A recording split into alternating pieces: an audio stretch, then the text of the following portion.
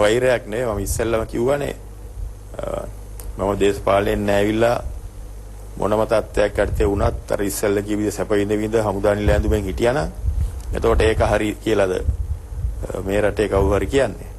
ඒ ඉඳලා වැඩක් නැති හින්දා මම දේශපාලනයට අවතීර්ණ වුණා රටට සේවයක් කරන්න. ඒ සේවය කරනකොට මට අනිවාර්යයෙන්ම මේ දැන්ට ඉන්න දේශපාලනඥයින් ජනාධිපති ඇතුළු ඒ වටේ ඉඳගෙන රට කරන සහෝදර සමාගම ඒ වටේ ඉඳගෙන රට කරන ඇමතිවරුන් කරන දේවල් විවේචනය කරන්න වෙනවා. ඒ විවේචනය නොකර මට දේශපාලනය මෙතනින් එහාට යන්න බෑ. ඉතින් ඒගොල්ලෝ වැරදි කරලා තියෙනවා නම් මම ඒවා පෙන්වන එක කවදා හරි වැරදි වලට විරුද්ධව ක්‍රියා කරන එක මම හිතන්නේ ඒක පරිගැනීමක් කියලා කාටවත් කරන්න කියන්න පුළුවන් කියලා. ඒක මගේ යුතුයකම. ඒකම රට වෙනුවෙන් කළ යුතු සේවය. ඉතින් එහෙමනම් හැම වෙලේම රජයත් එක්ක රජයට විරුද්ධව ඉන්නේ විරුද්ධව කතා කරන්නේ වෛරයකින් ඒක කරනවා කියලා කියන්න බෑනේ. ඒක කරන්නේ ඒගොල්ලෝ කරන දේ මම අනුමත නොකරන නිසා. මේ ආරක්ෂක ලේකම් දීලා තියෙන ඉන්ටර්විව් එකේ සම්මුඛ පරීක්ෂණ ලංකාදීපට මං ගැන කතා කරලා තියෙන හැටියට ඒ මිනිහා ඔය මිනිහා ඒ කියලා වචන කතා කරලා තියෙන හැටියටම මම හිටපු ජ්‍යෙෂ්ඨම හමුදා නිලධාරියා රටට සේවයක් කර අවුරුදු 40ක් ඒ කතා කරන හැටියෙන් පේනවා කවුද වෛරයෙන් ලේරත් වෙලා ඇඟේ මයිල් කෙලින් වෙලා කෑ ගහන්නේ කියලා. පොරොන්දු දේශපාලනය දැන් ඔබතුමා ඉන්න ක්ෂේත්‍රයට බොහොම බහුල වචනයක්. එක එක කාලවල අපි අභ්‍යවකාශයෙන් දාන්නගෙන යම දක්වාම අතීතයේ පොරොන්දු වලට යනවා. ඔබතුමාට පුළුවන් වේද දෙන්න පොරොන්දු දෙන්න පුළුවන් වේද අනාගතයේදී ජනාධිපති ධුරය සඳහා ඉල්ලද්දී ඔබ පොරොන්දු විදිහට මොනවද දෙන්න බලාපොරොත්තු වෙන්නේ? මම දෙන පොරොන්දු ගැන කතා කරන්නේ ඉස්සෙල්ලා මම අතීතයේ දීපු පොරොන්දු ගැන මතක් කරොත් හොඳයි. මම අන්තිමට දරපු යුද හමුදාපති හැටියට ඉන්න කාලේ මම කවුරුවත් දෙන්න බය වුණා කවුරුවත් දෙන්න හීනකින්වත් නොහිතව පොරොන්දු දෙකක් දුන්නා. පළවෙනි පොරොන්දුව මේ අවුරුදු 30ක් පරණ යුද්ධේ ඊළඟ හමුදාපතිට වාර දෙන්නේ නැහැ කියලා. මම මේ පොරොන්දුව අකුරටම ඉෂ්ට කරා. ඊළඟ පොරොන්දුව ප්‍රභාකරන් 2008 මහාවීර දින කතාව පැවැත්වුවා මම පොරොන්දු වුණා මාධ්‍ය හමුවේ මෙයාට ලබන අවුරුද්දේ මේ මහාවීර දින කතාව කරන්න මම ඉඩ තියන්නේ නැහැ කියලා. එයාගේ උපන් දිනේ කරන මහාවීර කතාව. ඒ පොරොන්දුව මම මාස 6ක් ඇතුළත ඉෂ්ට කරා. එතකොට මගේ අතීතය අනුව මම කියපු දේ මම කරලා තියෙනවා. කෙසේ හෝ මොනම කැපවීමකින් හරි මම පොරොන්දුව දෙන එක ඉෂ්ට කරනවා. ඉෂ්ට කරන්න බැරි වුණොත් ඒක මම මානසිකවත් ඊට පස්සේ මට ඒක බලපානවා. මගේ චරිතය අනුවම මම කියපු දෙයක් මට කරන්න බැරි වුණා නම් මට ඒක ලොකු ඉසරදයක් වෙලා ආත්ම ගෞරවයට මදිකමක් කියලා මට හිතෙනවා.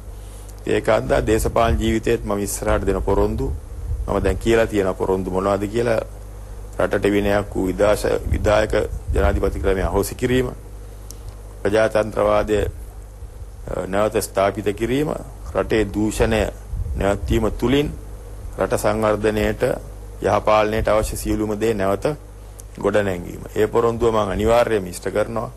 ඒ පොරොන්දුව ඉෂ්ට කරන්න බැරි වුණොත් ඉෂ්ට නොකර රට විනාශ වෙන්න ඉඩ දීලා මායේ තනතුරු වල රැඳෙන්න බලාපොරොත්තු වෙන්නේ. ඔබතුමාගේ ওই තනතුර විධායක ජනාධිපති ධුරය පිළිබඳව රටේ කතිකාවත් ඇති වෙනවා කාලෙන් කාලෙට. ඒක අහෝසි කරනවා, කල් දානවා, ටික කාලයක් තියාගන්නවා වගේ එකිනෙකට පරස්පර මාධ්‍ය වාර්තා ඉන්නේ. ඒ වගේම ඔබතුමා වටේට සහාය දක්වන පිරිසකෙත් ඒකමිතියක් නැහැ තාමත් මේ පිළිබඳව. ඒක නිසා අපි දැනගන්න කැමති මේ ජනමාධ්‍ය සාකච්ඡාවෙන් මේ පවත්වන මොහොතේදී විධායක ජනාධිපති ධුරය අත්හරිනවාද පවත්වනවාද ඒක පිළිබඳව නෛතික කටයුතු පිළිබඳව ඔබතුමා අවබෝධයෙන් ඉන්නවාද කියලා දැන් මේ මොහොත වෙනකොට අපි මේ විධායක ජනාධිපති ධූරය ගැන කතා කරන්නේ මේ ජනාධිපති ධූරයට අසීමිත බලතල තියෙනවා. අඩු ගානේ ජනාධිපති උසාවියකටවත් ගෙනියන්න බෑ. ජනාධිපති අවුරුදු 6කින් ආපහු නිදහස් කරලා ගෙදර එවනවා. ලංකාවේ ප්‍රසිද්ධම දේවාලයක් වෙන කතරගම දේවාලය වැනි දේවාල ඒක දේවාලයක් නෙවෙයි හැටියට දේවාල ලයිස්තුවෙන් ඉවත් කරන් තරම් ඒ අසීමිත බලය පාවිච්චි කරලා තියෙනවා සදාචාරාත්මක නොවන විදියට. එතකොට ඒ අසීමිත බලය ඉවත් කරලා විධායක ජනාධිපති කෙනෙකුට ඒ බලය වර්ධියට පාවිච්චි කරලා රට විනාශ කිරීමට ඇති හැකියාව අපි නවත්තර ගන්නවා. නමුත් රටවැසියා මම තේරුවොත් ජනාධිපති ධූරයට ඒගොල්ලෝ මම ඒ ධූරයට තෝරන්නේ මට රාජ්‍ය නායකයා හැටියට ඉඳගෙන රටේ මේ මම පොරොන්දු වෙන දේවල් හරියට ඉෂ්ට කරන්න. ඒක හන්දා ඒ විධායක ජනාධිපති ධූරය අහෝසි කළා මම අර උත්සව වලට විතරක් සහභාගී වෙන සෙරමෝනියල් ප්‍රෙසිඩන්ට් කෙනෙක් වුණොත් මගෙන් රටවැසියා බලාපොරොත්තු වෙන සේවය කෙරෙන්නේ නැහැ. කරන්න බෑ.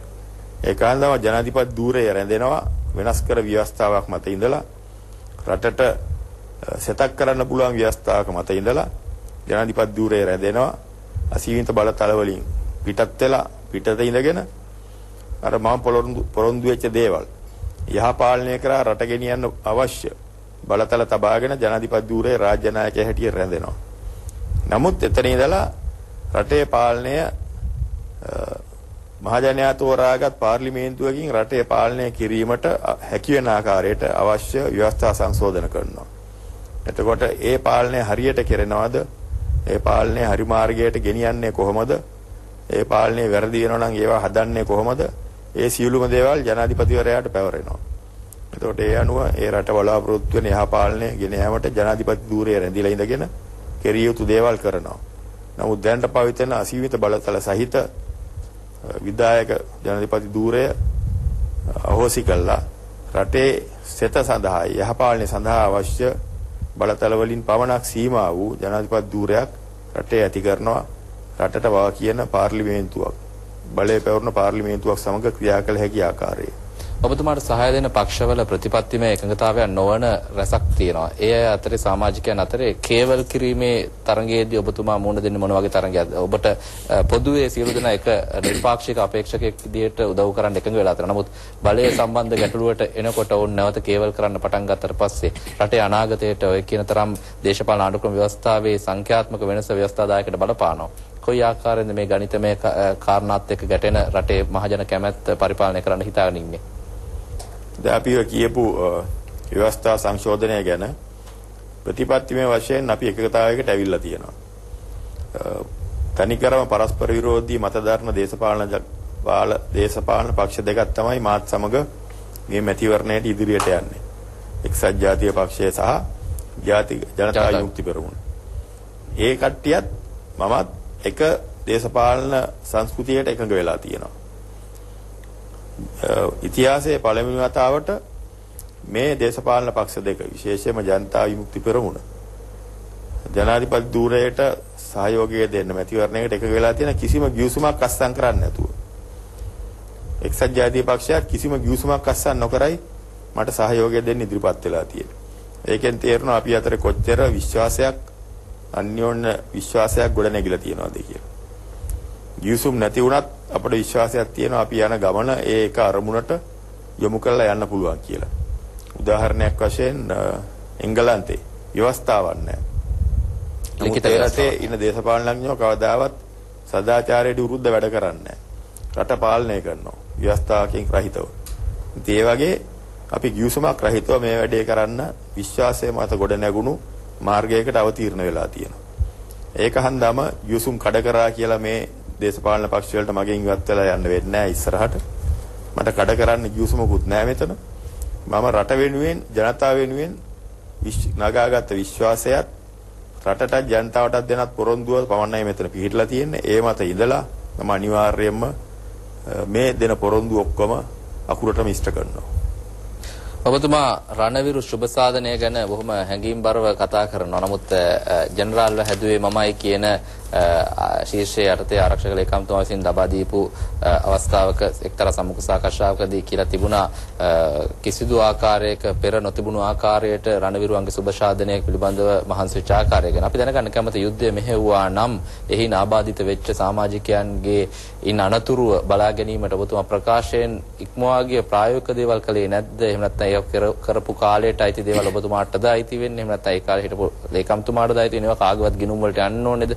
නැත්නම් මහ ජනතාවගේ මුදල් හින්දා ඒකේ ගෞරවය ජනාධිපතිතුමාටද? එහෙම නැත්නම් ඒව අනුමත කරපු පාර්ලිමේන්තුවටද? අපි දැනගන්න කැමති ඒකේ කීර්තිය රණ අරණ ගැන එහෙමත් මේ ගැන කතා වෙනවා. ඒ ගැන අපි දැනගන්න කැමතියි. මම ඉස්සෙල්ලා කිව්වාගේ යුද්ධයෙන් අවසානයේ රණවිරුවන්ට මගෙන් කෙරෙන්න හුඟක් දේවල් තිබුණා. හමුදා